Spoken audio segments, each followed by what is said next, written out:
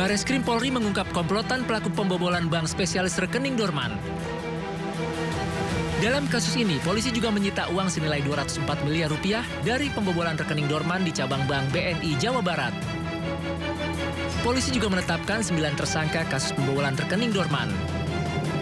Dari 9 tersangka yang ditangkap terdapat 2 pelaku, yakni C alias Ken dan Dwi Hartono yang terlibat dalam kasus pembunuhan Kepala Cabang Bank BUMN Muhammad Ilham Pradipta. Para pelaku memakai modus menyamar sebagai Satgas Pemberantasan Aset untuk menipu korbannya. Pembobol bank yang mengaku sebagai Satgas Perampasan Aset melakukan pertemuan dengan Kepala Cabang Pembantu salah satu bank BNI yang ada di Jawa Barat untuk merencanakan pemindahan dana pada rekening Dorman. Kesimpulan dari pertemuan tersebut, kami sampaikan bahwa jaringan sindikat pembobol bank yang mengaku sebagai Satgas Perampasan Aset menjelaskan cara kerja serta peran masing-masing dari mulai persiapan, pelaksanaan eksekusi sampai tahap imbal balik hasil. Jaringan sindikat pembobol bank selaku tim eksekutor memaksa kepala cabang menyerahkan user ID aplikasi core banking sistem milik teller dan kepala cabang serta apabila tidak mau melaksanakan akan terancam keselamatan kepala cabang tersebut beserta seluruh keluarganya. Di akhir bulan Juni 2005, jaringan sindikat pembobol bank selaku eksekutor dan kepala cabang bersepakat untuk melakukan eksekusi pemindahan dana rekening Dorman pada hari Jumat pukul 18.00, jadi sudah di akhir minggu atau mendekati hari libur, setelah jam operasional. Hal ini dilakukan sebagai celah para pelaku untuk menghindari sistem deteksi bank. Kepala cabang menyerahkan user ID aplikasi core banking system milik teller dan kepala cabang kepada salah satu eksekutor yang merupakan ex-teller bank untuk kemudian melakukan akses ilegal terhadap aplikasi core banking system dengan melakukan pemindahan dana secara in absentia senilai 204 miliar rupiah ke 5 rekening penampungan. Dan sampai saat ini PPATK sudah membuka sampai di layer ketiga. Dari pertama perusahaan Kufa, kegiatan usaha pedagang valuta asing, dan 3 orang pemilik rekening money malls tadi, yang mana ternyata 2 entitas ini melakukan transferring dana hasil peretasan itu masuk ke rekening-rekening yang sedang dalam posisi dorman. Sisanya ada sekitar 54 M. Inilah yang dimintakan oleh Bank BNI maupun rekan-rekan penyidik Mabes Polri untuk dilakukan upaya follow the money, follow the asset. Dan sampai saat ini kegiatan masih berlangsung. Adapun modus operandi yang memang terlihat jelas di sini adalah kegiatan dengan melakukan upaya pengaburan transaksi keuangan tadi yang kita biasa kenal di dalam modus-modus tindak pidana pencucian uang, smarting. Dia pecah-pecah, dia bagi-bagi, kemudian dia ada U-turn di sana karena salah satu money malls tadi, rekening yang dipakai untuk menampung dana hasil retas itu ternyata terindikasi adalah milik pelaku utama tadi. Karena ini tidak hanya tindak pidana, mohon maaf, seperti tindak pidana konvensional, misalnya hanya sekedar merampok, yang mungkin korbannya hanya ya orang itu saja. Mohon maaf dengan tidak mengecilkan arti korban itu.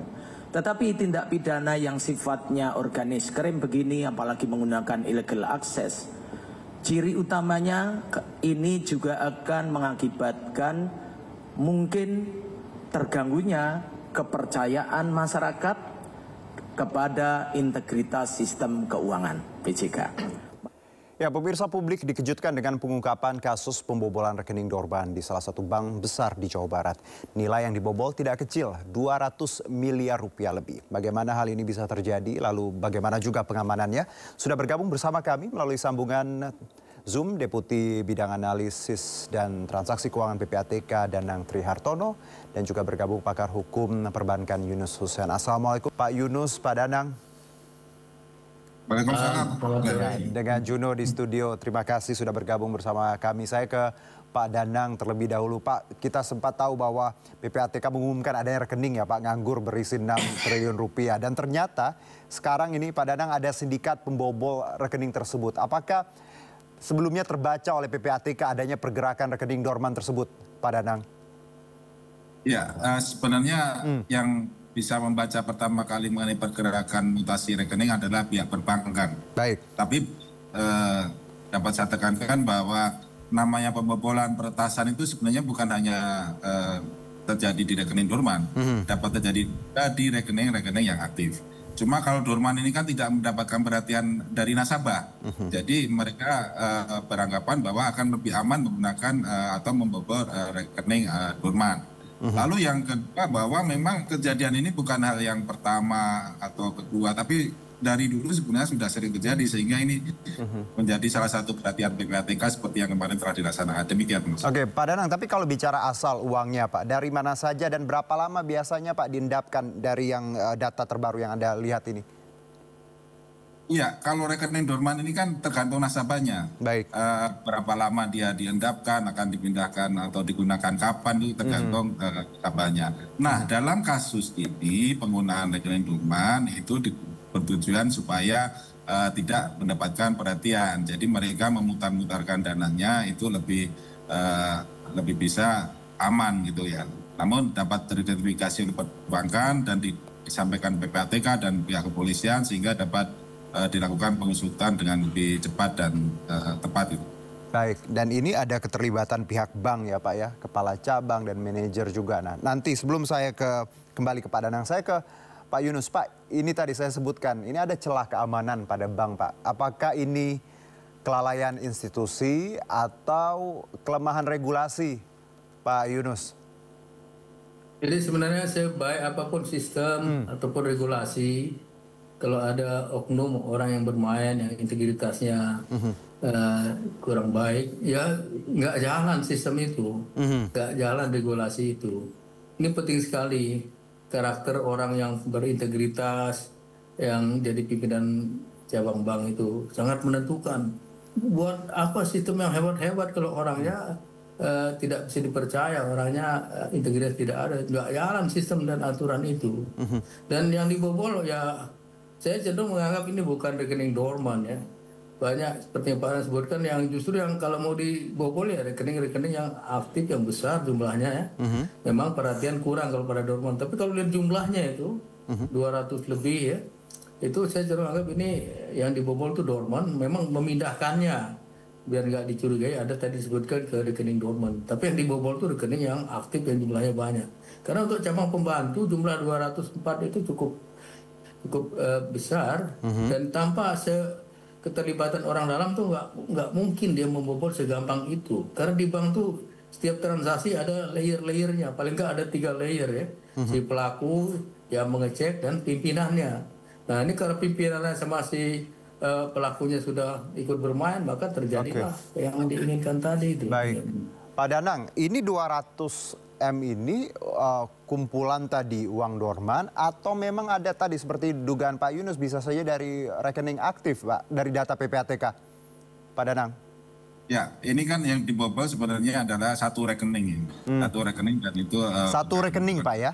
Ya, satu rekening. Oke.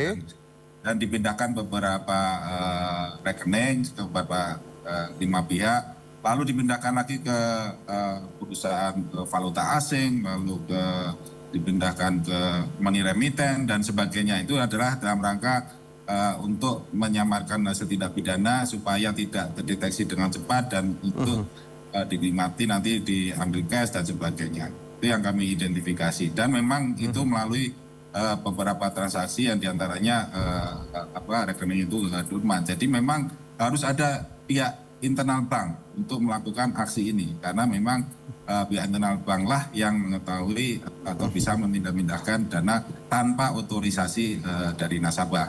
Ya. Oke, baik. Jadi angka 200 miliar tadi dari satu rekening dan tadi dipindah-pindahkan dulu ya Pak ya, agar samar seperti itu, kurang lebih seperti itu Pak Danang? Iya, seperti itu. Nah, kalau tadi Pak, saya juga baca bahwa bagaimana sebenarnya mereka ini ya beroperasi itu di luar jam operasional bank Pak. Jadi mereka memindahkan ini di luar jam-jam yang tidak sibuk. Apa PPATK juga mencatat ini Pak? Iya, kalau peretasan rata-rata memang dilakukan di hari-hari tidak sibuk, bahkan ada di Sabtu ataupun hari libur itu dilakukan peretasan dan sebagainya. Memang mereka menghindari antisipasi dari perbankan. Oke. Dan gini Pak Danang dan juga Pak Yunus, kita kan tadi bicara dorman, tapi ternyata ini tidak semata-mata dorman, ada juga rekening aktif seperti itu ya Pak. Dengan kata lain bahwa sebenarnya juga kita bicara sistem, bagaimana kita membangun trust ini Pak, karena kita yang aktif, yang dorman aja dibobol, apalagi yang aktif seperti itu ya Pak. Nah, baik, Pak Yunus, Pak Danang, selain bicara mengenai keamanan bank ya, dorman pun dibobol, apalagi yang aktif, plus ini juga pelakunya Pak. Kalau kita lihat efek dominonya terlibat dalam tindak pembunuhan yang kepala cabang kemarin.